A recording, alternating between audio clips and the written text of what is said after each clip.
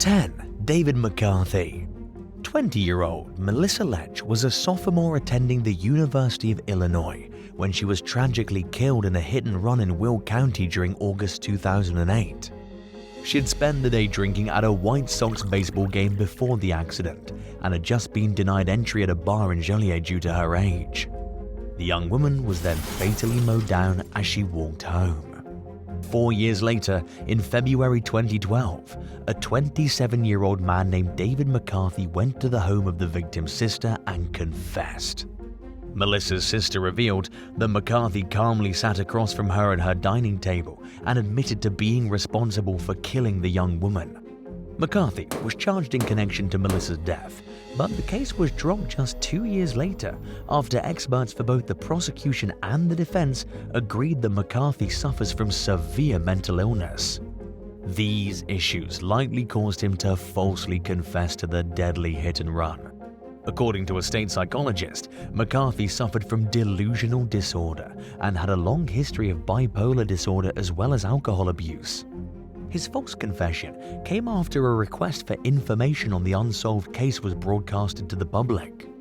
The fact that McCarthy's car didn't match the description of the vehicle that struck Melissa helped solidify experts' belief that McCarthy was not actually the culprit. Melissa's family was not convinced by the state's findings, though. In fact, they remained positive that McCarthy was behind Melissa's death. But any closure they were hoping for would not be coming in the form of criminal charges against McCarthy anytime soon.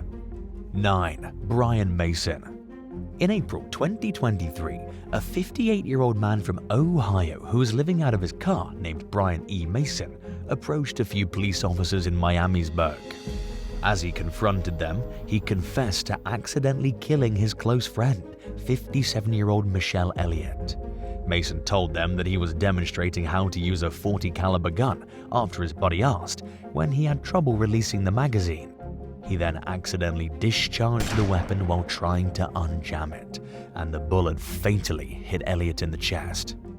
Deputies were then dispatched to the scene of the accidental shooting and discovered Elliott lying dead in a pool of his own blood. Mason said Elliott wanted a gun for her safety after ending a recent relationship, and ironically, she ended up losing her life in the process. When asked why he waited almost 24 hours to report the accident, Mason claimed it was because he was upset and confused. He told investigators that he drove around for hours before mustering up the courage to actually stop and talk to the officers. A jury found Mason guilty of felony reckless homicide, and he was handed an 8-year prison sentence. 8. Sierra Houseth and Aaron Guerrero. When 16-year-old Sierra Houseth's dad Daniel Houseth forbade her from seeing her older 18-year-old boyfriend, Aaron Guerrero, in 2020, she was determined to continue the relationship no matter the cost. So, the young pair decided that they wanted to be together, and that the only way to stop Daniel from interfering was to kill him. After not hearing from Daniel for a bit of time in early 2021 and growing worried, his mother decided to contact the Las Vegas police, who asked his landlord to conduct a wellness check on him. They discovered him stabbed and dismembered inside his home, and it was clear that someone had also tried to burn the house down. Sierra fled the area in her father's SUV, and family members were not able to get a hold of her. An investigation found footage of Sierra and Aaron purchasing bleach, lighter fluid, gloves, and a circular saw shortly before Daniel was murdered.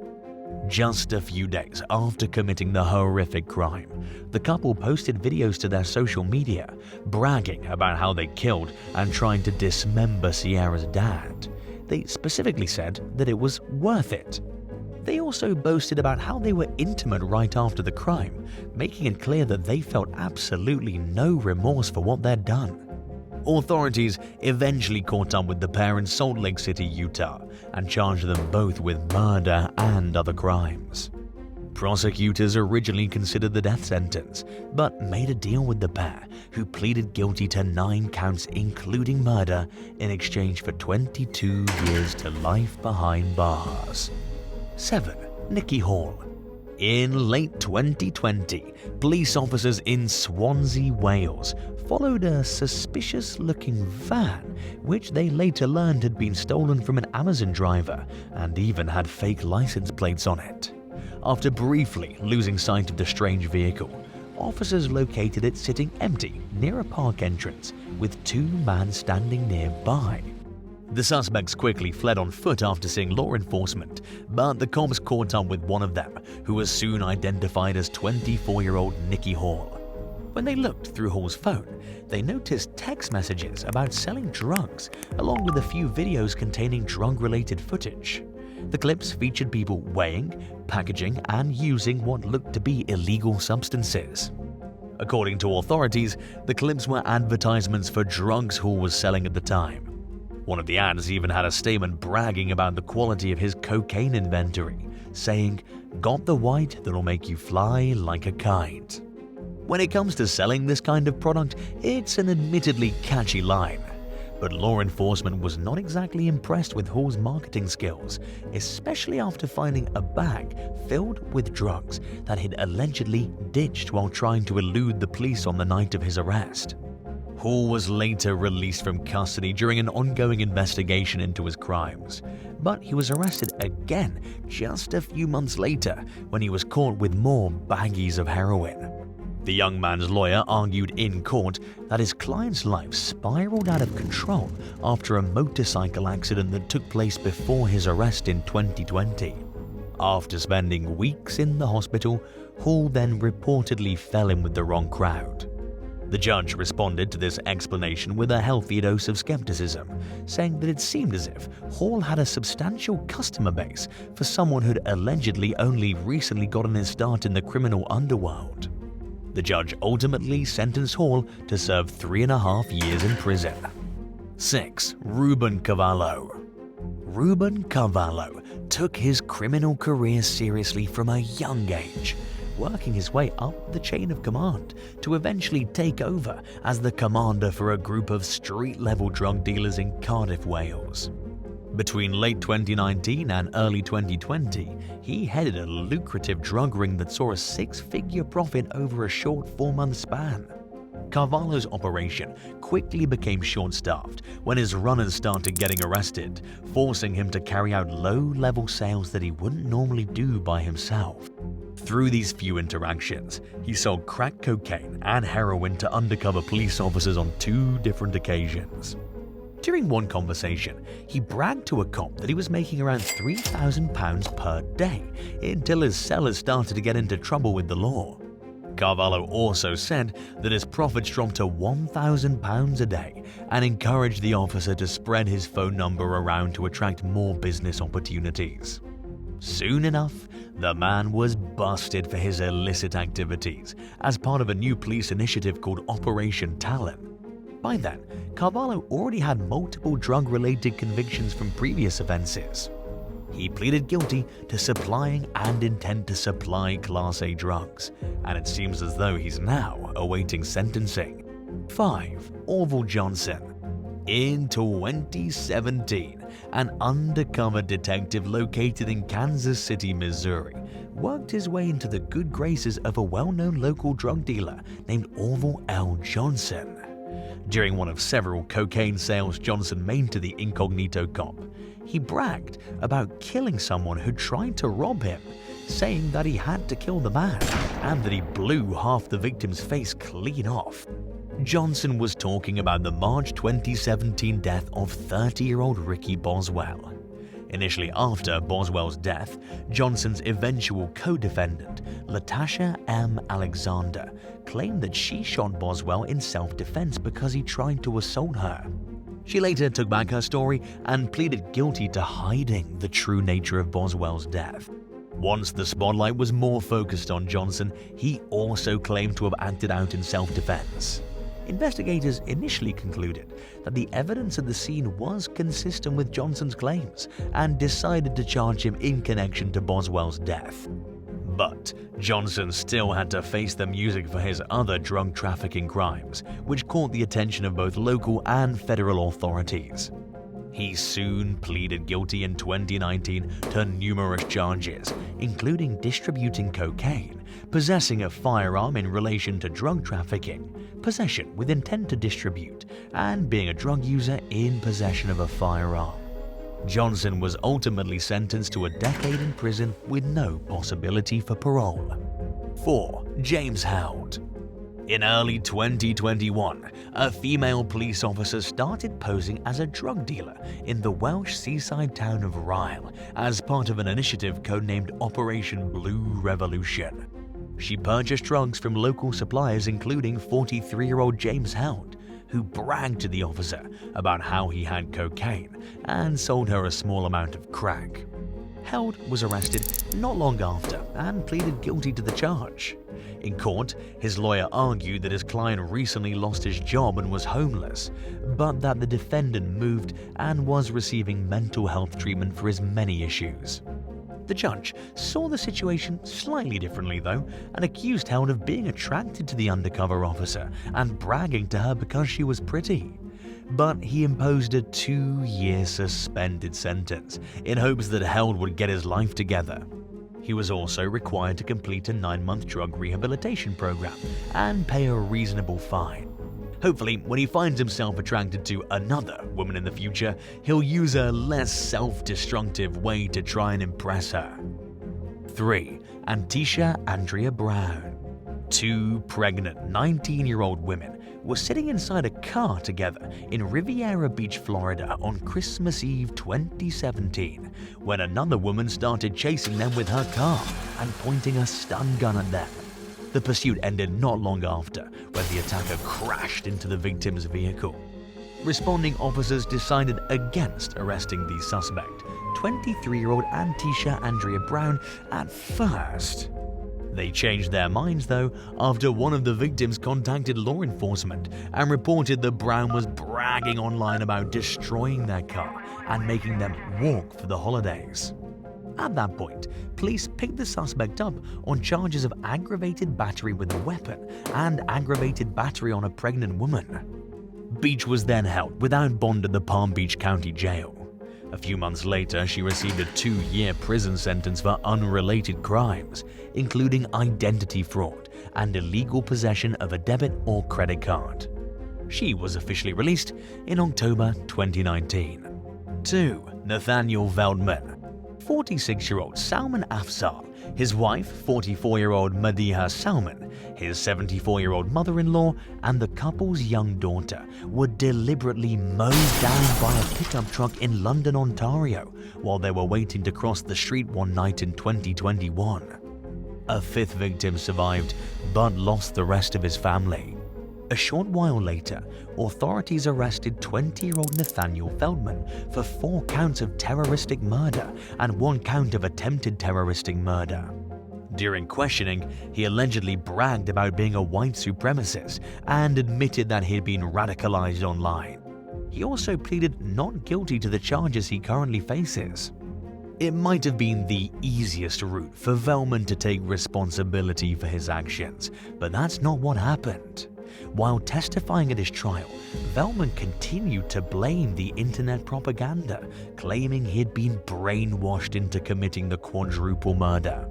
He also pointed the finger at his so-called religious fanatic mother for influencing his behavior, claiming that she isolated him and his siblings during their childhoods. Velman blamed his mum for putting it in his head that the secular world is a violent place, and he took the stand not once but twice in his own defense in hopes of mitigating the case's outcome. As of mid-October 2023, Velman's trial is still ongoing. Whether or not his elaborate over-explanation of the motivation behind his crimes works to his advantage remains to be seen, but many people would rather see him take accountability for his actions. And now for number 1. But if you want to hear more bizarre and crazy stories, stay tuned after the video for some more content. 1. Anthony Bean Sr. In 2014, while working as the chief of the Tracy City Police Department in Tennessee, 61-year-old Tony Bean Sr. repeatedly punched a handcuffed suspect for allegedly insulting his wife, who was at the scene. Bean's wife was also present when someone crashed into her and Tony Sr.'s car 3 years later in 2017. By then, Bean had become a deputy for the Grundy County Sheriff's Office. Once again, he repeatedly punched the subject in the face. In late 2020, federal prosecutors accused both Bean and his son, Grundy County Deputy Anthony T.J. Bean, of civil rights violations for using excessive force and failing to report it. In addition to the two main examples described, authorities cited 5 other instances where at least one of the men reportedly abused their power. The complaint described how the elder Bean bragged about his violent behavior as the Grundy County way of doing things and discouraged those working under him from turning their body cams on before committing the alleged beatings. After one particularly brutal assault, he reportedly bragged about how he hurt his punching hand. 30-year-old T.J. Bean was acquitted of 1 federal count of deprivation of rights, but his father was convicted on 3 counts relating to incidents involving 2 other victims. He now faces up to 10 years in prison for each count. 9. Manager accused of manslaughter. Kenneth Suttner was bullied relentlessly at his high school in Glasgow, Missouri, where classmates taunted him for being overweight and having a speech impediment.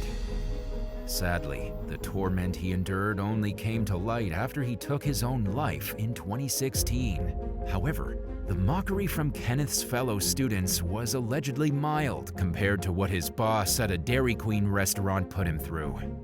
At a coroner's inquest, a former coworker testified that Harley Branham made the young man lie on his stomach while cleaning the restaurant's floor by hand. On one occasion, she allegedly threw a cheeseburger at him because he made it wrong. This was just the tip of the iceberg when it came to the torment Kenneth suffered under his supervisor, according to witnesses who accused Branham of pushing him to the brink. They said that she called him worthless, made him perform dehumanizing tasks, and harassed him to the point where he would often go outside and cry. Branham was allegedly never satisfied with the grueling work she made him do, no matter how much back-breaking effort he put into it. Branham admitted that several Dairy Queen employees blamed her for the tragedy, but said that she didn't understand why. She adamantly denied bullying Kenneth to his breaking point. Another manager said that she tried talking to the restaurant's owners about the abusive treatment, but claimed that they took no action to correct the problem.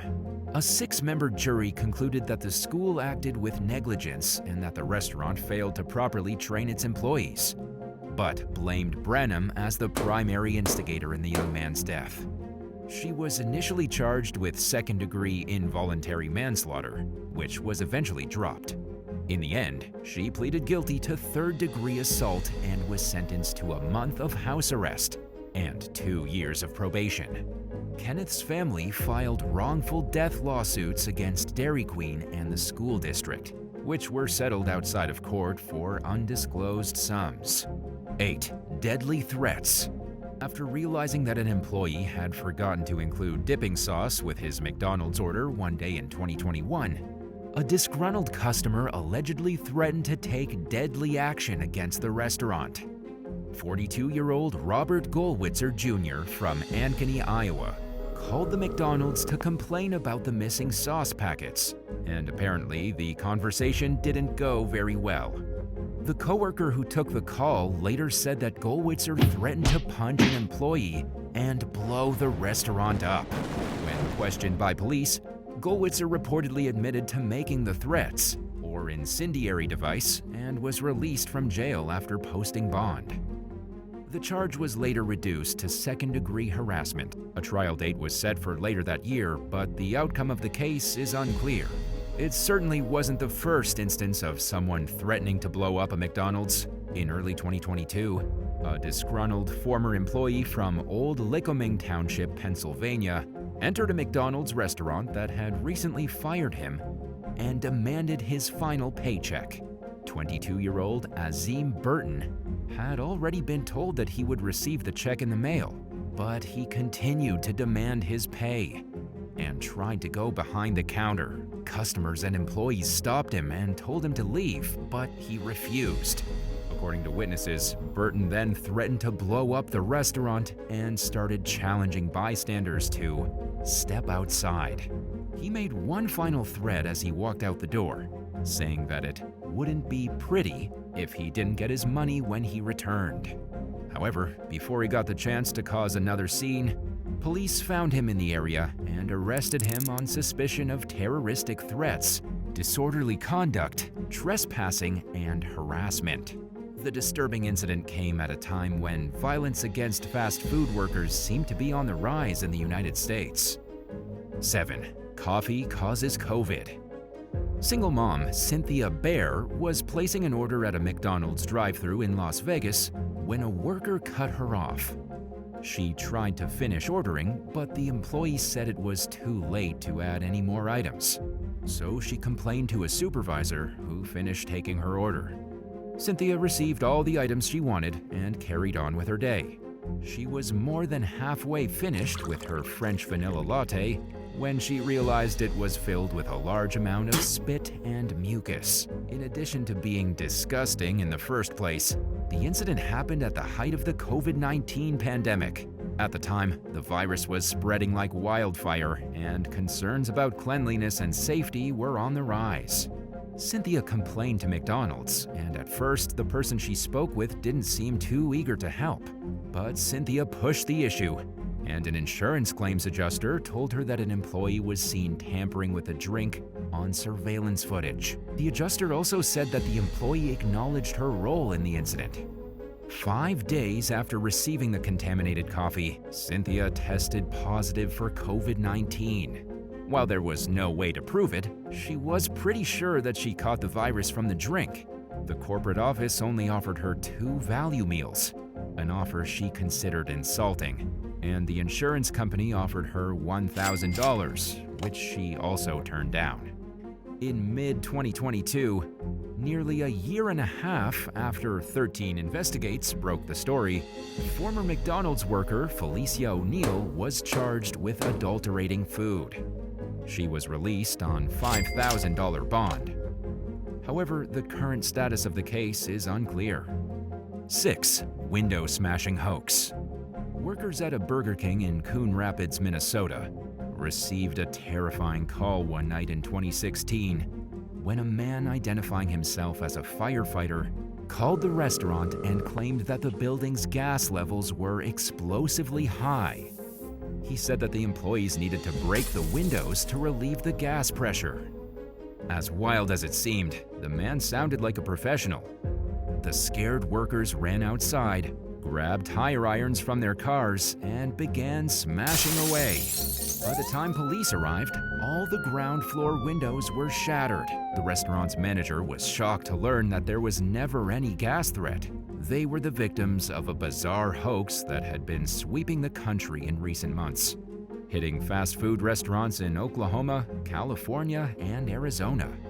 Just a day earlier, someone claiming to be a firefighter had called a Burger King in Shawnee, Oklahoma, claiming that there was a carbon monoxide leak. And in response to the news, employees smashed the restaurant's windows with chairs. When real firefighters arrived at the scene, they found no evidence of gas poisoning. The outcome was the same in pretty much every instance. Workers obeyed the caller's orders, resulting in tens of thousands of dollars worth of damage to each restaurant. As news of the dangerous prank spread, authorities reminded the public that they would never call a resident or a business and ask them to take any kind of action. There have been no updates on the cases since 2016, and it appears as though the culprit was never caught. 5. Training seminar takes a cultish turn. When an ambitious employee at a Panda Express restaurant in Santa Clarita, California, asked her superiors what she could do to move up in the company, they sent her to a self-improvement seminar. Eager for a promotion, the young woman paid out of pocket to attend the program, which took place over a 4-day period in 2019. The course was hosted by a separate company called Alive Seminars, but it catered largely to Panda Express employees. After the worker arrived for the seminar, things got weird almost immediately.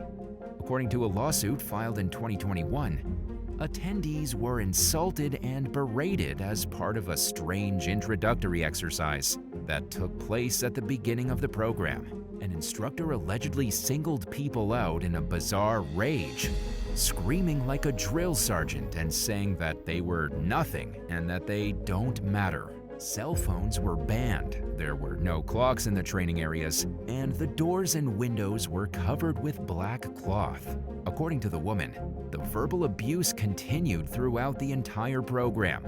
But after being told that they had to complete the course in order to be considered for a promotion, she and others felt obligated to stay. In what was described as a trust-building exercise, the plaintiff claimed she was forced to strip down to her underwear in front of the entire group, while the program's leaders laughed and stared at her suggestively. Members were then required to stand up and reveal their inner struggles until they convinced everyone to believe them. One man broke down in tears when it was his turn, and the plaintiff was allegedly ordered to hug it out with him in front of the group. After a while, she made up an excuse about a family emergency and left the seminar. When she told her superiors at work about the horror she was subjected to, she felt like they didn't care. Either way, it was clear that she'd lost her opportunity for a promotion, and she was soon fired. Both Panda Express and Alive Seminars denied the allegations in the lawsuit, which appears to be ongoing. 4. A dangerously crunchy meal. One day in 2022, 51-year-old Des Moines firefighter Randy Hartley picked up a few entries and sides at a Panda Express restaurant and took them home to eat. While finishing the meal, he bit down on a quarter-sized chunk of glass and chipped a tooth. Hartley inspected what was left of his food and found dozens of smaller shards of glass. He suspected that he'd accidentally eaten a bunch of shards, mistaking them for the crunchy texture of the green beans and broccoli in his food. Panda Express offered to replace the meal, but allegedly had no explanation for the glass. A company representative reportedly told Hartley that the shards had come from a shattered fixture above the entrees, and then offered to cover any necessary medical costs. For 3 weeks, Hartley experienced severe gastrointestinal pain from the glass, which caused internal bleeding and a host of other digestive issues. He also needed dental work to fix his chipped tooth, and was mentally scarred by the experience, which made him fearful of getting takeout. Hartley filed a personal injury lawsuit against Panda Express, which is currently pending in federal court. Records show that the restaurant passed an inspection just 6 days before the incident, but it wasn't its first time being sued. In 2015, a nearby location was accused of serving a meal containing a metal wire from a brush used to clean kitchen utensils. Tammy Jo Barton claimed that her daughter choked on the wire and got sick, but the case was ultimately dismissed. 3. Mom-to-be finds blade in sandwich. 21-year-old expectant mother Nerese Moyse was shocked to discover a knife in her tuna sandwich after ordering delivery from Subway one day in 2022. The mom-to-be from Suffolk, England, had a pregnancy craving and was looking forward to digging into her food, but she immediately noticed the large blade. Moyse's partner, Harley Gilroy, called Subway and asked if they were missing a yellow knife. According to Moyse, the employee who answered the phone seemed shocked, but nobody from the restaurant apologized. And while she understands that everyone has off days, she called on staff members to be incredibly careful. After all, the knife could have ended up in a child sandwich. A Subway spokesperson claimed that the restaurant apologized to Moyse and that they'd unsuccessfully tried to reach her multiple times but never heard back. While it's unclear what caused the miscommunication, Moyse managed to reach the company on Instagram. A representative vowed to look into and resolve the matter. 2. Deadly sucker punch. 35-year-old Antoine Kendrick was working at a Wendy's restaurant in Prescott Valley, Arizona in 2022 when apparently he became enraged at a 67-year-old customer who complained about his order. In a disturbing act of violence that was captured on surveillance footage, Kendrick came out from behind the counter and sucker punched the elderly man in the side of the head. In the video, the victim appeared to be eating a Frosty and seemed completely unaware that Kendrick was approaching him. He fell to the floor and was knocked unconscious, and Kendrick fled the scene. The victim was airlifted to the hospital, where he succumbed to his injuries 10 days later. Kendrick was initially charged with aggravated assault, but the case was upgraded to second-degree murder after the victim passed away. He's being held without bail at the Yavapai County Jail while the case plays out in court. 1. A side of meth. A customer at a Carl's Jr. restaurant in Skiatook, Oklahoma, was surprised to find a small bag of drugs in his order one day in 2022. He apparently wasn't too thrilled about the freebie that was somehow thrown in with his burger and fries, and he told the manager on top of reporting the incident to police. Authorities confirmed that the baggie contained 4.3 grams of methamphetamine and questioned the establishment's staff. They charged one of the restaurant's employees, Bryce Francis, with possession of a controlled substance and distribution of a controlled substance within 2,000 feet, 610 meters, of a school. Francis pleaded not guilty and was booked into the Osage County Jail with his bail set at $25,000. In a Facebook post announcing the arrest, the Skiatook Police Department included a shout-out to the person the drugs were meant for, letting them know that their order was at the station. It's unclear how the case played out, but according to jail records, the suspect is no longer in custody. Would you rather have your best friend accidentally leak your plans to elope with your partner to your entire family, or get caught planning a proposal? Let us know in the comments down below. And if you enjoyed this video, be sure to leave a like and subscribe to the channel. Thank you so much for watching, and we'll see you in the next one. Bye.